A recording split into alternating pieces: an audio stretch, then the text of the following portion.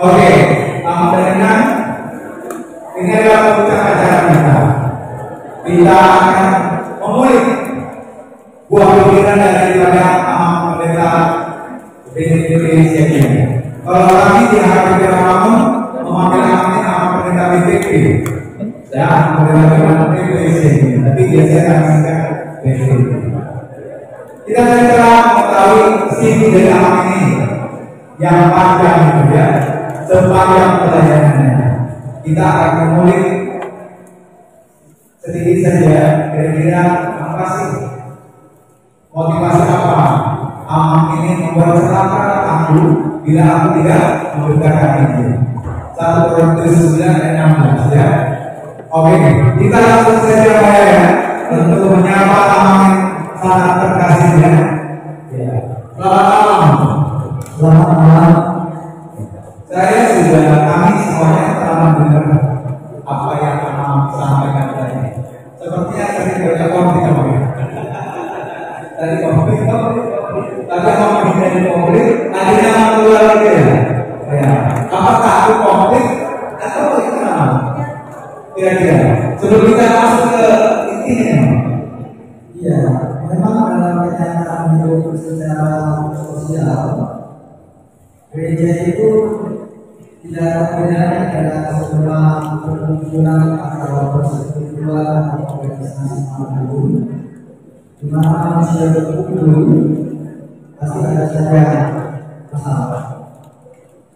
Tetapi saya sangat mungkin kalau boleh saya katakan sangat mengidolakan tentang gereja sebagai persekutuan orang-orang kudus, sebagai umat Kristus. Jadi buat saya gereja itu ya tidak ada memang kelompok atau komunitas yang tidak punya masalah. Tetapi sebagai sebuah gereja yang dikatakan persekutuan orang-orang kudus, masalah-masalah yang muncul itu harus bisa segera diselesaikan dengan cara sikap mampu mengampuni. Karena itu maka kegelisahan saya selalu kalau di gereja itu terjadi konflik, tetapi sampai terjadi konflik bahkan terjadi tindakan-tindakan yang justru menyebar luas sampai mengundang orang lain, menimbulkan konflik, perpecahan dan bahkan yang bisa merusak makna dari kelulusan kesakralan persekutuan ini. Nah, karena itu prinsip itu saya sebagai pendeta lebih bagus aku untuk mati daripada persekutuan gereja menjadi pecah. Karena saya meyakini bahwa jemaat sebagai orang-orang kudus begitu mahalnya sudah ditebus oleh darah Yesus Kristus. Karena itu kalau sampai mampu seorang pendeta membiarkan dirinya tetap berada di tengah-tengah konflik, bahkan menjadi penyebab konflik, tapi bodoh. Ini yang dikatakan oleh Tuhan Yesus ya. Kalau ada nonton sudah berbaik, nonton sudah berbaik, artinya lebih baik hidup. Lebih baik tidak usah ada pendeta. Kalau dia mampu tengah-tengah konflik, membiarkan konflik bahkan menjadi penyebab konflik di tengah-tengah gereja. Itulah prinsip saya yang saya ambil sebagai pendeta. Karena itu lebih baik saya terhina, lebih baik saya terbuang, lebih baik saya disingkirkan daripada komunitas itu pecah. Dan itu yang selalu saya katakan. Barangkali kita sudah sama-sama tahu bagaimana di yang saja jauh ya ini selalu saja ada konflik dan saya kira mereka berubah. Itulah yang membuat saya bisa. Nah, inilah mungkin dari pertanyaan itu tentang apa kegelisahan saya tentang makna dari persekutuan gereja yang selalu kudus. Ya sudah oke, ya kudus. Ini hasil dari gereja. Baik yang kita ada juga ya. Oke, tema kita pada malam hari ini adalah konsul ini adalah kita tidak memberikan ini buat kami juga berpikir jemaat ada challenge juga ya. Apakah apa yang daripada tema yang disampaikan pada malam ini oleh diceritakan ya, seperti tadi sedikit sudah saya sampaikan latar belakang saya. Dan anak-anak saya sudah bercerita dari beberapa. Dari pas SD. Dan itu tidak pernah bergeser kepada yang lain. Betapa ada peluang, ada tawaran-tawaran, saya katakan tidak. Kalau saya sudah katakan ini, itu sikap hidup saya sampai mati itu. Dan akan berubah. Bulan Juni karena saya sudah tahu saja keputusan yang saya ambil adalah keputusan berdasarkan iman saya kepada Tuhan. Karena itu kalau sudah saya katakan iya, sampai mati akan iya. Kalau tidak, sampai mati tidak. Karena saya mengambil keputusan itu berdasarkan iman saya. Dan itulah dari sejak kecil saya menjadi pendeta. Tidak pernah bergeser sedikit pun walaupun ada saya ditawarkan diri atau memintakan sampai saya berusaha dari siapa. Semakin teguh semangat saya harus menjadi pendeta dan harus kembali kepada diri. Itulah sikap hidup saya. Benar dari orang dari penawaran, penawaran pasti orang kan ada penawaran kan bisa kita ambil di yang tidak yang pertama itu boleh ceritakan. Ya sama seperti yang saya katakan saya selalu sadar dari tawaran ini. Tetapi saya sudah bercerita. Saya tidak tertarik dengan hal-hal dunia yang mati yang tawaran-tawaran itu. Saya bersama dalam tantangan. Karena di dalam tantangan itu akan semakin bersemangat saya dan saya mengalahkan Tuhan dan pertolongan Tuhan di situ. Jadi kalau di dalam keadaan hal yang tenang saja, kalau yang nyaman, yang mapan itu, seperti itu mengandalkan diri sendiri. Jadi tidak akan dengan Tuhan untuk itu membuat kita jadi mengalami pertolongan atau tangan Tuhan yang campuran dalam kehidupan kita. Nah karena itu memang jangan apa memang dari pribadi saya sendiri Tuhan seperti itu. Tapi saya katakan setelah saya sekolah di sini itu memang betul kita di suatu firman Tuhan itu sangat kenal saya sangat yang tinggi. Saya kalau sangat yakin dengan firman Tuhan yang dalam Alkitab kita menjadi pegangan saya. Oke, jadi kan kita adalah diskusi. Yang saya mau tanya dulu, kenapa akan terjadi tanggal 12 Oktober? Jadi kira-kira selama pelayanan dari berapa tahun? 3 tahun. Artinya Damluk ya, ada Royna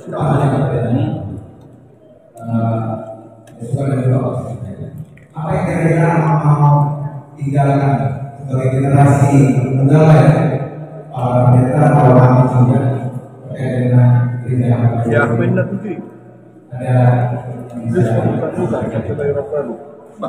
Ya, sedikit juga tentang kenapa jadi talk show kita sekarang ya.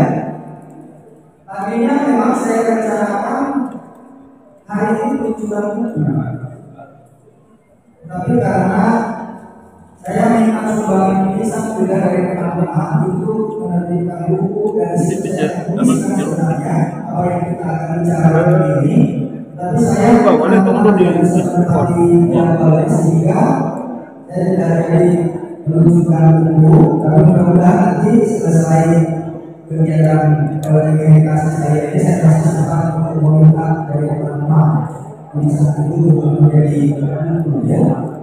Nah mungkin kita juga sedikit mengenal siapa yang saya minta untuk menulis itu dengan satu topik yang nanti kita akan bicarakan ini. Pendeta Bapak Gunung, beliau sudah mengatakan bersedia. Pendeta Dr. Richard Papa sudah bersedia.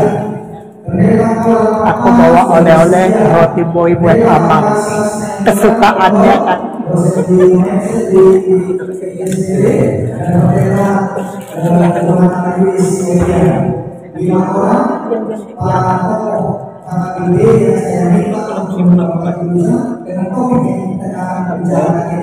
Mereka sudah bersedia menyatakan untuk menyumbangkan tulisan dan topik yang kita akan bicarakan ini.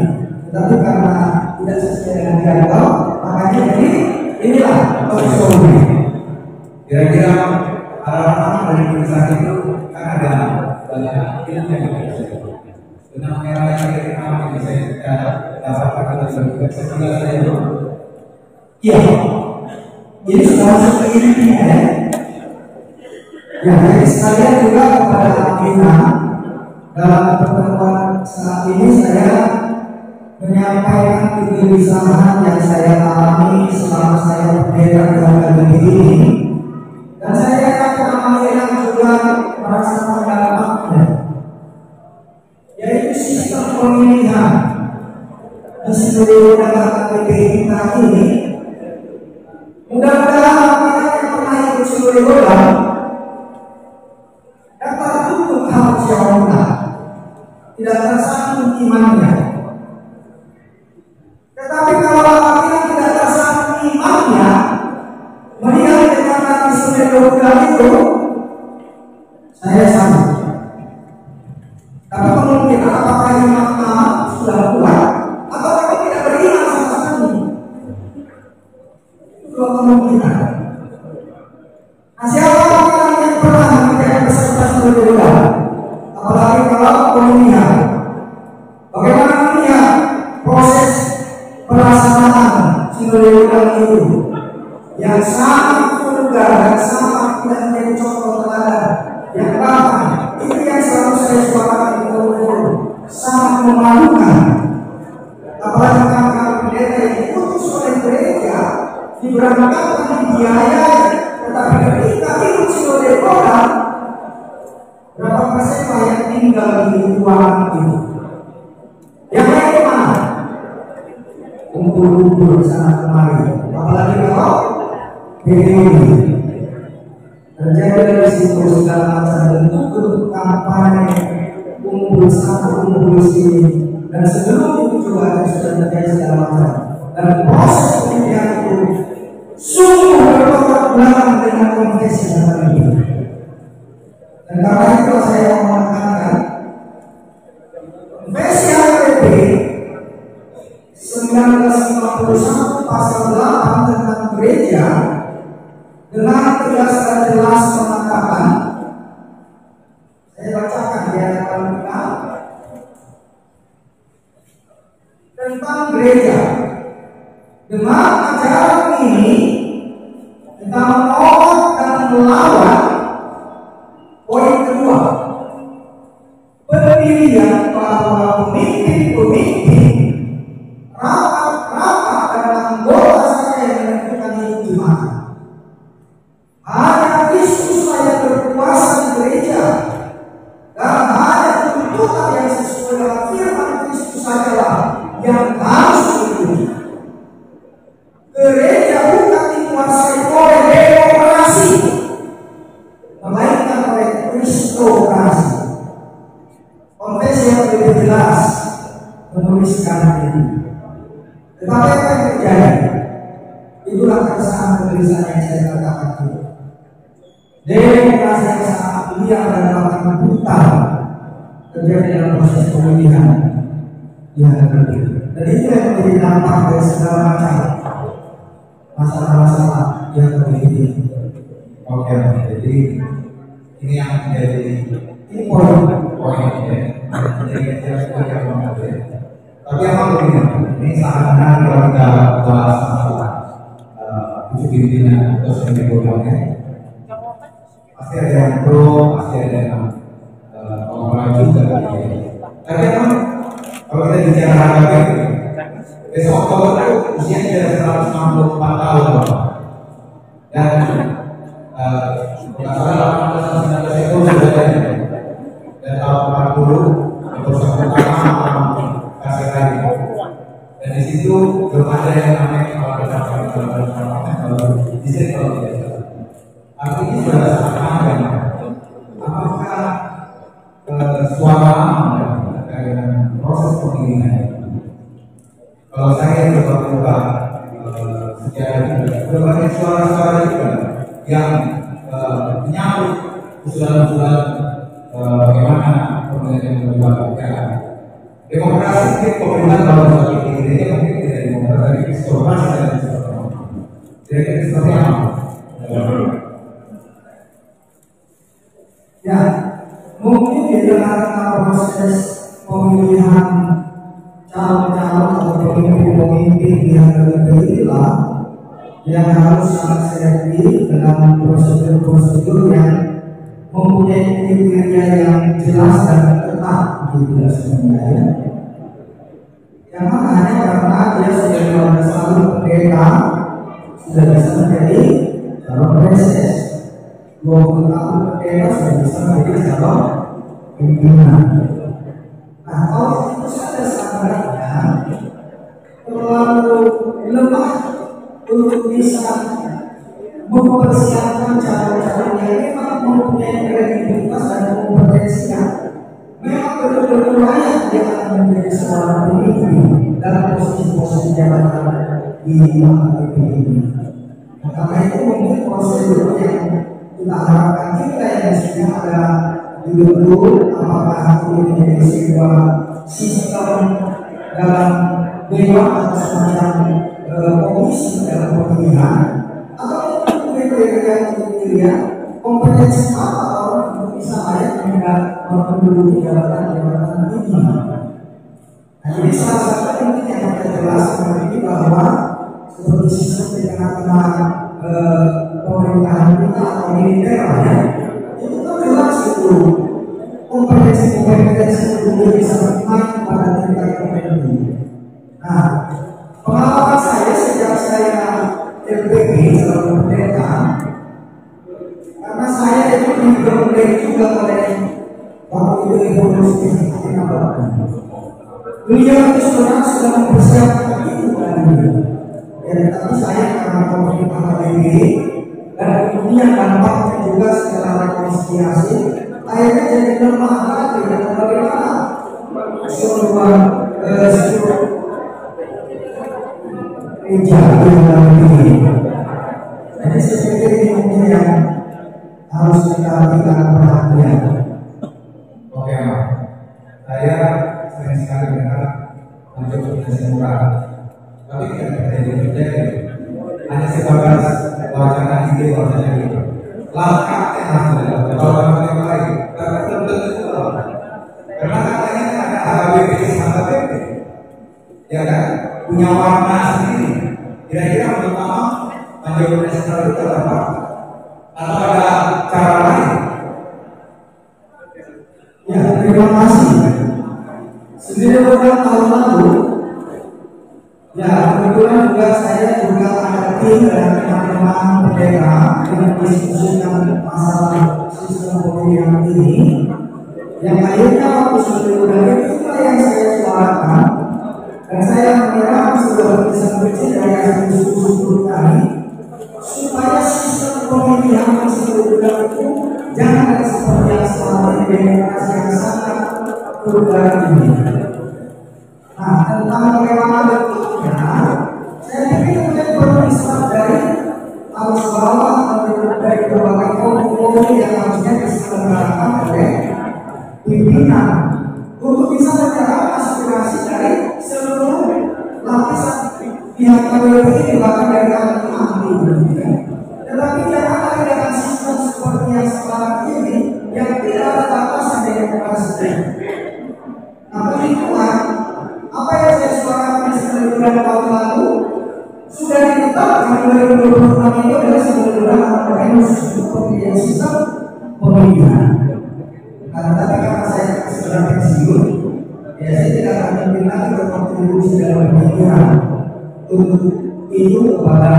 sini bulan 2025 yang sekarang diselenggarakan. Nah, tetapi saya punya pemikiran bersama nanti teman-teman dalam diskusi kami ada sistem transportasi orang, tetapi bukan begitu saja transportasi orang, ada prosedur-prosedurnya. Nah, tetapi saya tidak langsung mengatakan itu di sini.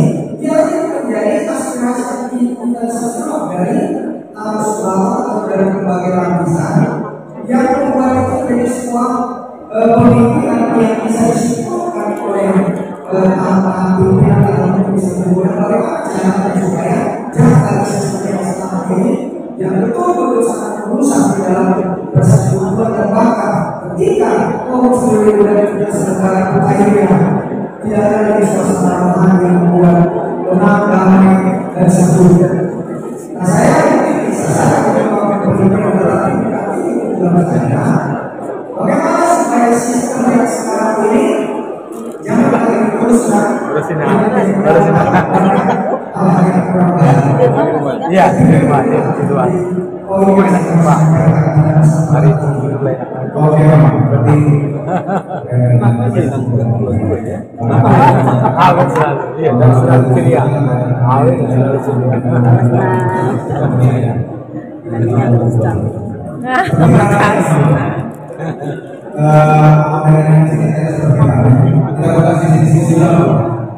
mungkin memuji sudah lama tadi yang baik. Coba kita sampaikan yang kontrol itu dari dia ini atau buat karena itu ada berapa seberapa berbicara sama mereka yang berbuat itu. Iya.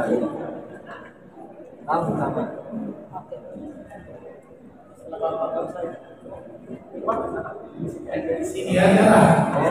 ini aja kita Ini keinginan kita karena ini belum biasa. Tapi sebenarnya keinginan itu sudah dijawab oleh tahun yang dinamakan sekarang tahun transformasi. Itu jawabannya. Tahun transformasi itu dan dasarnya adalah Roma 12 ayat 11. Apa bisa dikatakan? Roma 12 ayat 2 di sana dikatakan janganlah serupa dengan dunia. Karena itu berubahlah oleh pengetahuan budi. Jangan serupa dengan dunia. Kuncinya adalah jika hanya transformasi itu dipahami hanya untuk mendukung sentralisasi, itu adalah transformasi ngomong namanya. Kecil baruan namanya itu kosong. Bukan itu transformasi. Transformasi tujuannya jangan serupa dengan dunia. Jika ternyata kan pusat sudah lebih punya dari dunia, ya kan? Jika kantor pusat harga gede sudah lebih jahat dari dunia, sudah tahu? Di mana sih? Di mana kesalahannya? Si Mulyono yang akan datang apa? Siapa yang memilih? Itulah PKTSO. Meskipun dia dalam umurnya 30 tahun. Sementara PTK yang sudah tua, yang kompetensinya tinggi, karena dianggap tidak akan memilih dia dari calon pimpinan, dipindahkan menjadi PTK fungsional. Itulah kesalahan itu. Nah, kalau sungguh-sungguh hanya mau bertransformasi, amat dengan bagi dunia. Apa yang penting? Amat pentingnya adalah sebuah pendekan tanpa kecuali untuk memilih dan menentukan siapa punya. Akui kalau berbeda fungsional tidak bagaimana di sini pada bagaimana itu. Nah sekarang itu pertanyaan. Menjadi kuat bersendiri berbicara bersendiri kurang kalau psikolog bukan begitu cara sekarang.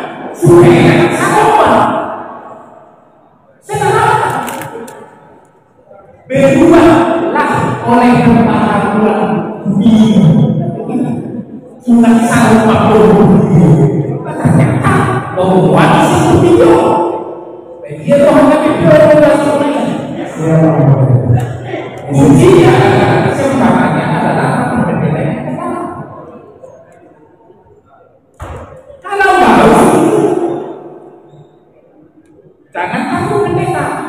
Sebab saya di waktu muda, saya sendiri sudah memprakasai amandemen kepada dia, bukan sobat saya. Tahun 78 waktu itu, saya pendeta fungsional untuk berbentuk diri seperti ini. Saya cerita ini, jangan bosan. Waktu itu saya lah yang sudah ditahbis tahun 25 hari di Sudirman Medan yang paling lama menjadi pendeta Sol 2 tahun 78. Waktu itu ada sinode-sinode yang dispons oleh Ibu GHMCH. Ada yang disampaikan Ibu GHMCH rasa dia berpada itu waktu itu jadi saya tidak satu kilo pernah dirusak. Waktu itu aturan-peraturan adalah 30 pimpinan Ibu Sekjen dan Ibu Umum 3 Kabupaten PPD. Jadi sebelum ada rapat majelis besar bahwa akan berubah ini adalah sebuah keberhasilan pusat. Sudah diputuskan semua keahlian apa putus keahlian terus berdialog pas sering-sering terus keahlian tak satu jauh pada pusat ditemui tahu itu teman waktu itu saya beri pendekatan sok tak tahu di sini juga lalu waktu itu ada tulisan ada profesor dokter nama di sini bantuin ayah ada dokter GHMCH tak satu kilo berurusan di mana bahasa Ibrani-nya buah di bahasa Yunani-nya adalah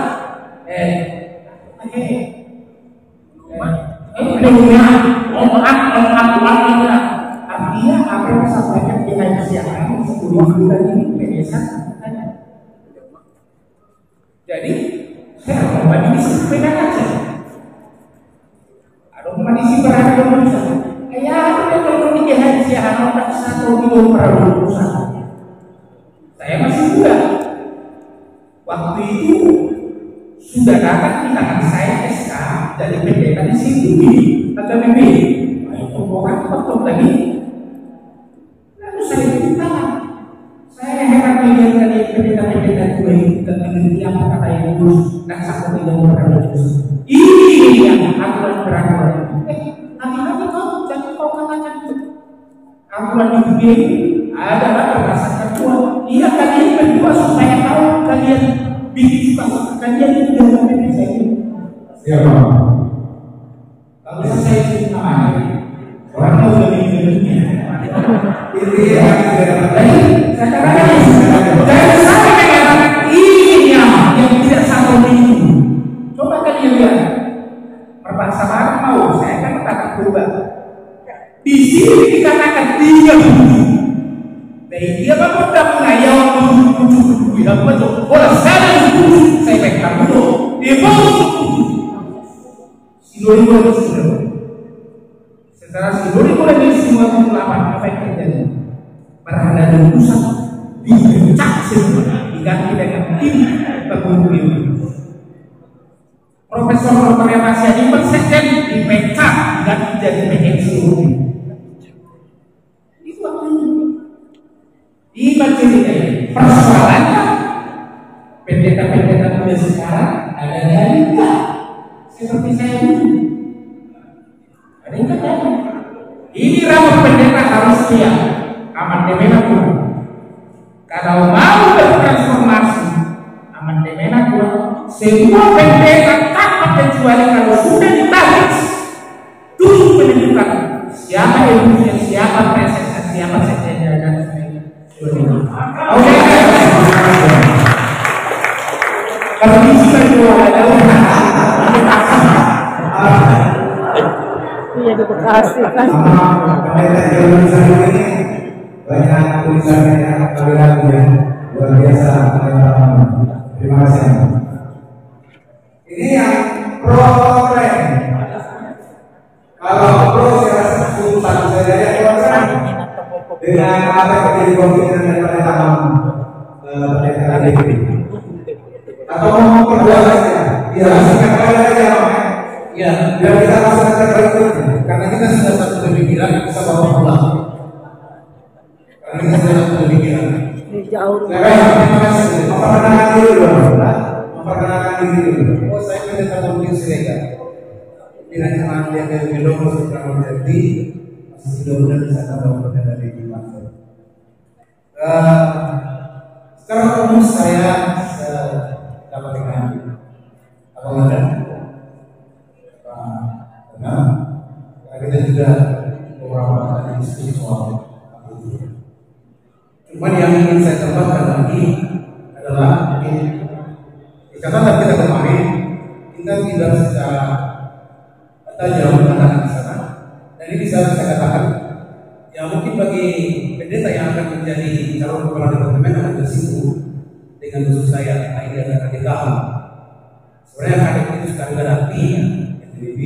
Kalau kita mengajukan desentralisasi, kembalikan saja KDKH kepada biro-biro seperti yang dulu yang hebat dan kata.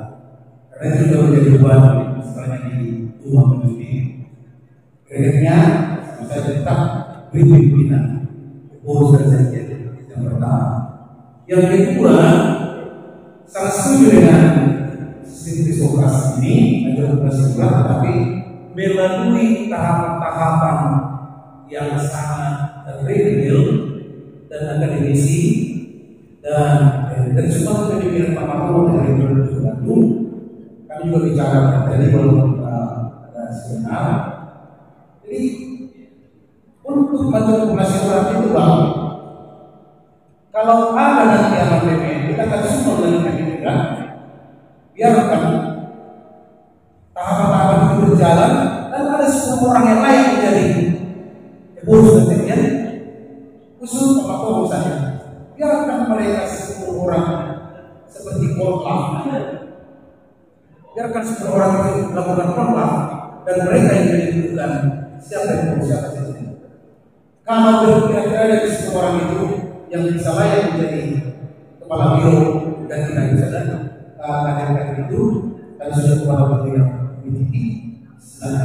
Dan yang terakhir lagi bagi seluruh LBB, kalau memang sentralisasi yang kita lakukan, saya pikir stakeholder yang mulai dari para PSS sudah harus memikirkan itu lebih pelayanan itu yang lebih khusus terdesak. Karena itu fakta sekarang. Kalau dengan pelayanan ini sekarang, pelayanan kami PKD ini saja pasti sentralisasi ini tidak bisa tercapai. Saya bukan munafik. Teman-teman di sebelah sana pelayanan itu misalnya, padahal kita dari sini sampai satu di sini di kota ini, Senin sampai Minggu sore hanya Senin siang yang ada istirahat. Teman-teman kita di sana sampai Minggu kita mancing dan bola dan sebagainya. Karena maaf kita sudah jadi ini juga perlu diciptakan dan dicari berpelayanan demikian dari saya. Terima kasih sama ini. Kita masuk dalam ngomong dari sini. Sebelum ke Tuhan, biar ada yang dulu ya. Kepada yang mendengar. Memang selama ini kalau kita lihat Sinode selalu bermasalah sama pendeta lagi. Jadi akan bilang pembaharuan sudah mulai bicara waktu pendeta Nababan pembaharuan. Jadi secara menentukan kepentingan manusia dan itu yang harus perlu dilakukan. Romanus sekarang saya mengetahui saya ini untuk pertama diskusi terbuka mengenai masalah HKBP. Selama ini kita tidak pernah tahu dan jemaat tidak tahu apa sebenarnya. Dan juga tahu terjadi perpecahan. Dari setiap pemilihan terjadi perpecahan dan sistem demokrasi. Tadi saya baca itu aturan peraturan mengenai job distributor. Alasannya mereka tidak setuju gambling, dan saya tidak setuju untuk saya baca tadi gambling. Padahal sebelum Roh Kudus yang bekerja, memang bisa terjadi bisa dipilih orang sudah kompetensi. Berapa orang? Misalnya sekarang all section dengan 8 ya, 8 kalau sudah terpilih atau 8 atau 10 yang sudah kompeten menjadi pimpinan, ya bisa saja dengan berdamai atau berdoa.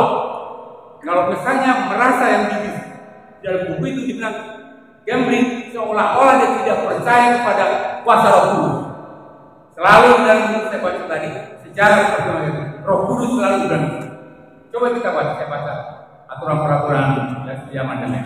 Jadi sebenarnya saya bertanya apakah ini pertama sekali dibicarakan di dalam forum di Rawamangun ini, dan Rawamangun terkenal untuk bicara, termasuk kebaktian ini. Rawamangun memulai semua menentang. Jadi saya pertanyaan baik ini, kalau bisa setiap gereja, dan ia kan tidak juga drama untuk melakukan pembaruan. Selama ini selalu tertutup HKBP mengenai masalah ini. Tapi pada orang tertentu tahu bagaimana sistem sekarang sudah seperti politik sekarang, demokrasi. Padahal kita kristokrasi, Roh Kudus yang berbeda. Jadi kalau dia bilang waktu itu job nasional gambling, saya tidak setuju. Kalau memang Roh Kudus biar juga terjadi, job nasional berdoa dengan kuasa Roh Kudus, apa itu tidak mayoritas itu tidak Tuhan bekerja. Jadi saya kira ini perlu diperjelas. Kompetensi bilang apa tadi itu kumpul beberapa orang, kalau nggak salah berapa ya? Matrudia, diakonia 3 tambah 5 ya?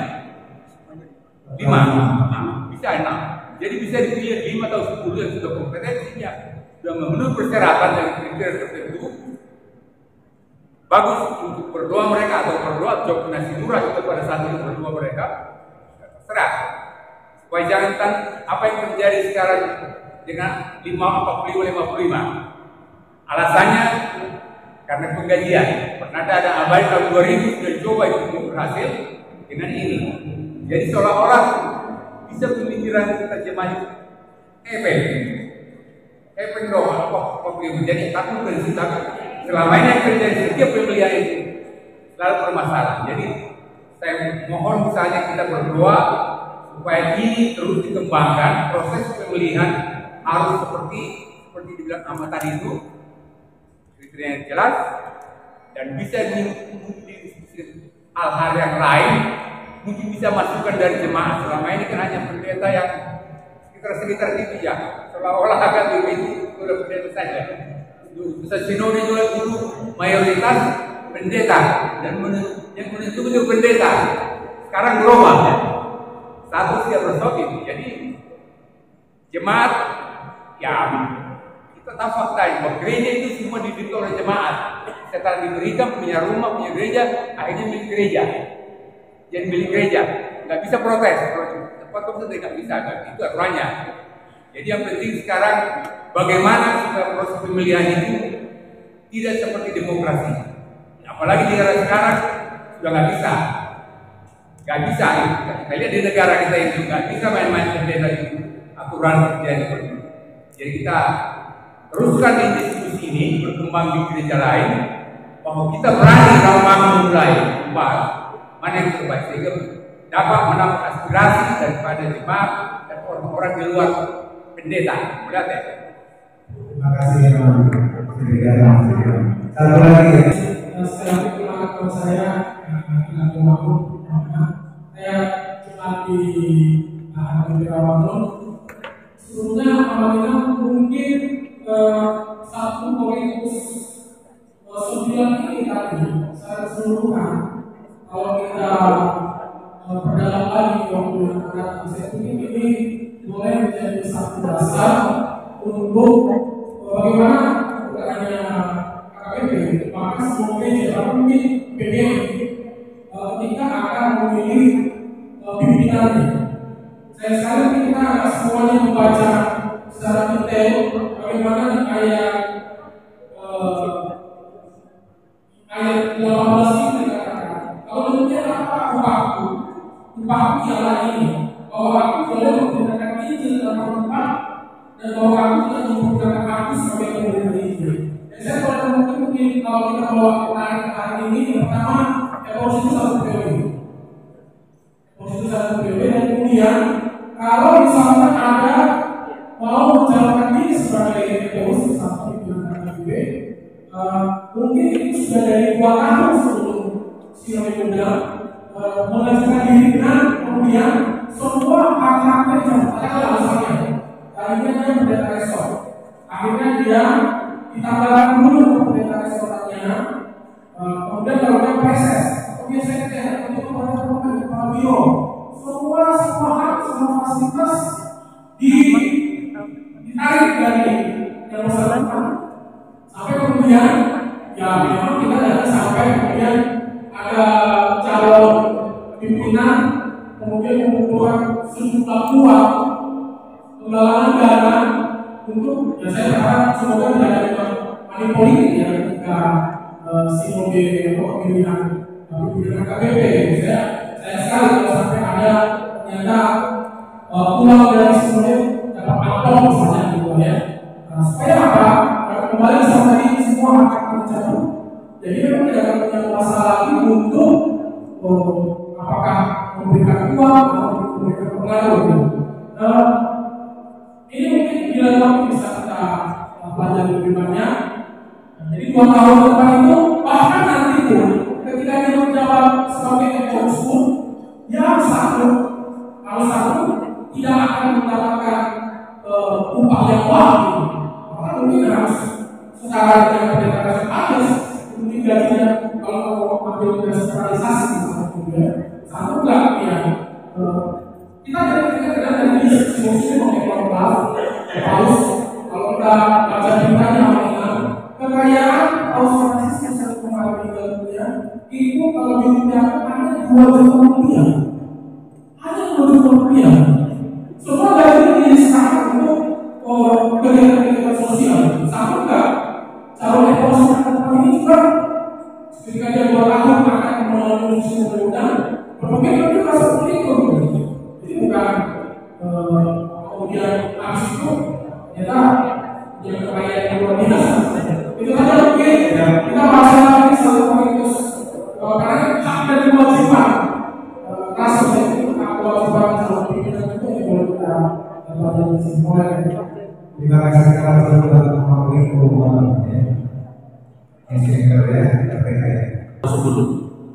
tentang pelayanan sampai kepada pemilihan Efesus. Usul mereka begini, silakan ada beberapa calon yang dinominasikan, beberapa orang sesuai dengan panitia seleksi, 5, 6, atau 7 calon-calon pimpinan itu yang dipublish, di-share, bahkan semua jemaat wajib memilih, yaitu semua jemaat yang sudah sidi, itu disebut sudah anggota jemaat. Semua anggota jemaat kita yang sudah sidi punya hak untuk memilih pemimpinnya lewat e-voting, lewat aplikasi kita. Itu yang mereka usulkan, itu sangat menantang saya kira untuk bisa digaji. Salah satu opsi untuk kita percakapan untuk pemilihan pimpinan ke depan. Mau lihat sikat itu kan?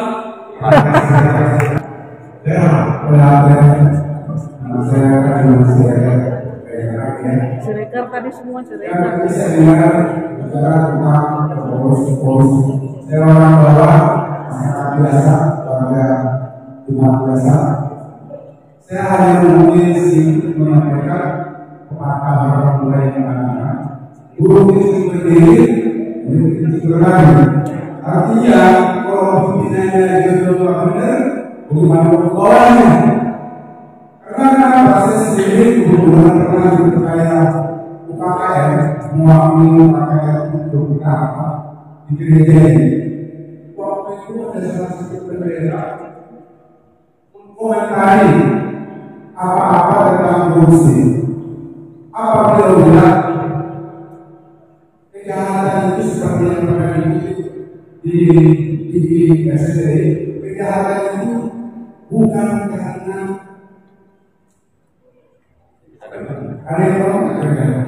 bukan karena kewenangannya, tapi karena ada kesempatan. Artinya kalau saya banyak waktu karena yang dibahas waktu masalah korupsi yang ada di Jakarta, saya komentari bahwa hal ini tidak bisa dilakukan di gereja. Kenapa?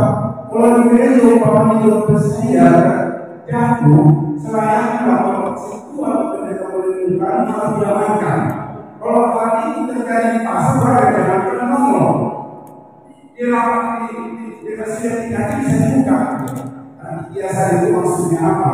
Dikomentari, sekarang saya tahu waktu saya komentari kata sudah dengan nanti kita bahas itu awal di kantor aja. Saya akan bicara. Artinya apa? Sampai saat ini hal itu tidak dideklarasikan. Maksud saya di sini saya menggambarkan beliau itu terbiasa dengan bahasa bahasa terbiasa memberikan angin surga, tidak belajar bertanggung jawab terhadap omongan ini pertanyaan. Sehingga dari omongan kalau kita lagi kamu hanya bahasa saja gitu. Buat saya itu satu gambaran bahwa kamu sebagai seorang pemimpin, terutama gereja sudah memberikan angin surga aja. Bagaimana jadinya yang lain? Maksud saya di sini, kalau saya bisa usulkan, bukan hanya pemimpin tertentu, mulai dari federasi itu, izinnya harus dibuat kamu. Bagaimana membentuk peraturan yang akan dibuat agar terus membuka itu? Tidak ada artinya tanpa perubahan karakter manusianya. Kalau pembangunan karakter manusianya dari awal ke bawah, mau peraturan menjaga itu, tapi pasti membuat semangat pendidikan terbaik. Ini juga yang bisa saya katakan. Terima kasih. Oh. Kejadian kita fungsional di DPR Berunas. Tabot tong Ibu Tonis bisa. Karida. Saya sangat bersyukur kepada Tuhan bahwa keberanian itu masih kokoh. Rohani pendeta Bernard Segian bahkan di momen ibadah integritas. Dan saya juga bersyukur kepada pendeta kita di sini, AKBP Bersama Bangun yang terbuka menyambut ibadah meditasi sama pendeta. Dan saya juga bersyukur kepada Tuhan mendengar pikiran-pikiran dari keluarga jemaat dan dari pendeta terhadap kerinduan untuk transformasi sistem pemerintahan. Amanina yang terima kasih. Transformasi AKBP juga transformasi sistem pemerintahan dan AKBP sungguh-sungguh merupakan kerinduan kita semua. Sungguh-sungguh merupakan kerinduan yang harus kita. Sungguh-sungguh merupakan kerinduan semua kader, sekjen, semua presiden, semua pendeta resort, semua pendeta, ya kan? Semua jemaat, ya kan? Mengingat kita sudah satu pemahaman, memahami bahwa sistem pemilihan AKBP itu memang banyak masalahnya, memberi banyak peluang kepada todi nasional jabatan Marcongdohan, Marite itu keberhasilan kita semua. Dan marilah kita mengenang mendukung terus kita, pimpinan kita, karena kerinduan kita mentransformasi itu supaya Panggul-Biton di korupsi, Panggul-Biton di angkat pimpinan pusat ini, seluruh Panggul-Biton di Jakarta itu kerinduan yang sangat kudus, sangat banyak. Tapi yang mengingat, marilah kita ingat, Galuh nek patongdon pulau di Bata, Galuh nek patongdon lomo di Bata, merlomongan atau ditori si polisi yang mengingat. Lau menggunakan, lau mengarok. Tapi itu mengingat, saya sangat bersyukur pada AKBP Resort antusias menyuarakan transformasi. Dan juga saya mohon, marilah kita mulai sekarang ada namanya tim doa di tiap resort, tiap kuliah mendoakan rencana transformasi sistem pendidikan dan pembinaan. Jadi bagus tadi yang disuarakan oleh abang ini, pikiran abang pendeta Bang Paulus India, supaya setelah terpilih 10 orang dalam pimpinan, mereka berdoa, para pendeta berdoa. Tetapi tidak cukup hanya para pendeta berdoa, gereja harus berdoa, jemaat harus berdoa, sebab tidak ada kehendak Tuhan yang mau ditegakkan tidak mendapat perlawanan dari roh yang jahat. Roh yang jahat itu bisa saja dari dalam HKBP, bisa dari luar HKBP. Kalau dia mengenang, beri waktu bina, boleh menarik, patut dong pada tim doa, setiap resort, setiap kuliah, menanyakan asal jabatan pada mensuri, HKBP dan HKBP mengalahkan, mereformasi, mentransformasi sistem pemilihan pimpinan. Terakhir, kehidupan manusia Yesus, anak dewasa adalah alaih bohong berturi di mana alaih berwujud ulona kemudian makasih tot di nama ini berwujud dari mana bisa alaih berwujud apapun nama satu masih manusia kau alaih ya ada dia mengenang katanya aku bagi binatang asal tulus 2020 nungan dong sistem pemilihan pimpinan HKBP dan transformatif dan saudur kalau mau rohani. Amin. Ya, gimana boleh sekarang dari kesimpulan yang kita ada? Ya, saya akan menuliskan pergumulan dan pemikiran saya ini dengan sangat dulu kembalikan HKBP kepada pemiliknya atas dasar profesi yang saya bacakan tadi.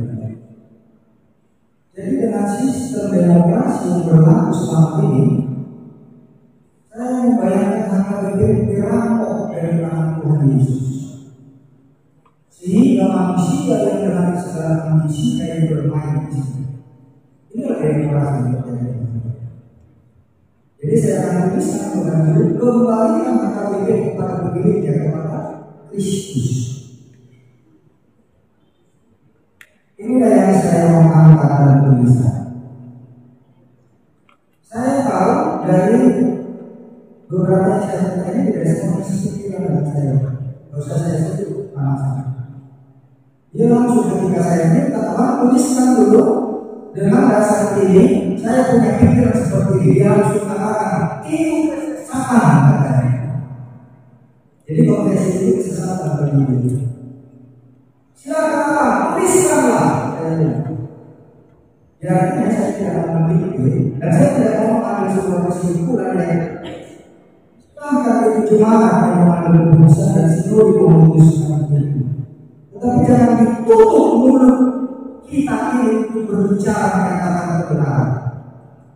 Dan iman ini pun kebenaran yang saya katakan, saya tahu saya berusaha untuk tutup mulut saya. Tapi saya tahu bahwa nah, saya tidak mau mengatakan bahwa bersitulah ruang kamu ini disuarakan tentang ini. Bersyukur. Walaupun saya tahu kuasa Yesus untuk kita menurut kita. Jadi selama kita tidak berani bicara, tidak akan pernah terjadi. Disitulah iblis akan terus memikirkan. Ini hasil pergumulan dengan sebuah perjalanan panjang. Dan saya yakin 1951 konfesi yang kemudian disimpulkan oleh tokoh-tokoh HKBP dulu jauh lebih tulus hatinya daripada yang sekarang. susui yang sesat. Inilah kuasa iblis dalam mulutnya.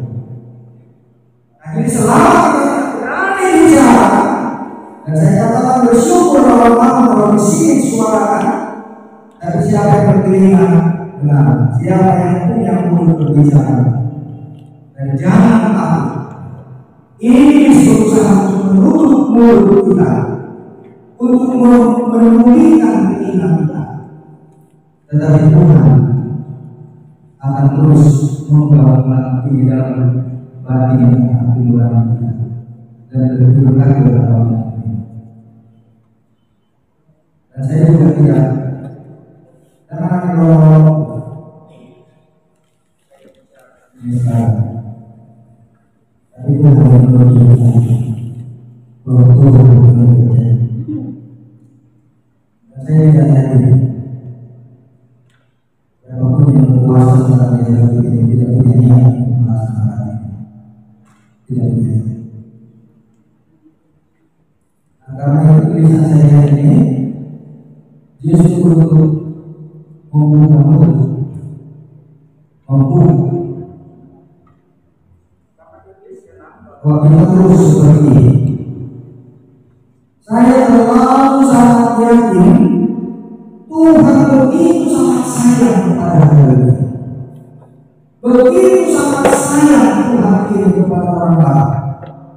Dan itulah yang saya renungkan mulai dari momen saya datang ke Allah. Kenapa dia diutus Tuhan menjadi rasul orang lain? Betul-betul Tuhan mempersiapkan orang baru ini. Tetapi saya juga seperti Israel yang perjanjian lain, sudah betul. Tuhan sangat mengasihi kita, sangat dicintai Tuhan kepada orang baru khususnya hari ini. Tetapi kita anak yang terus tak peduli dengan Tuhan dan tidak takut akan Tuhan. Jadi dia yang sama dengan Tuhan itu berbicara. Jadi itu saja saya berterima kasih. Terima kasih.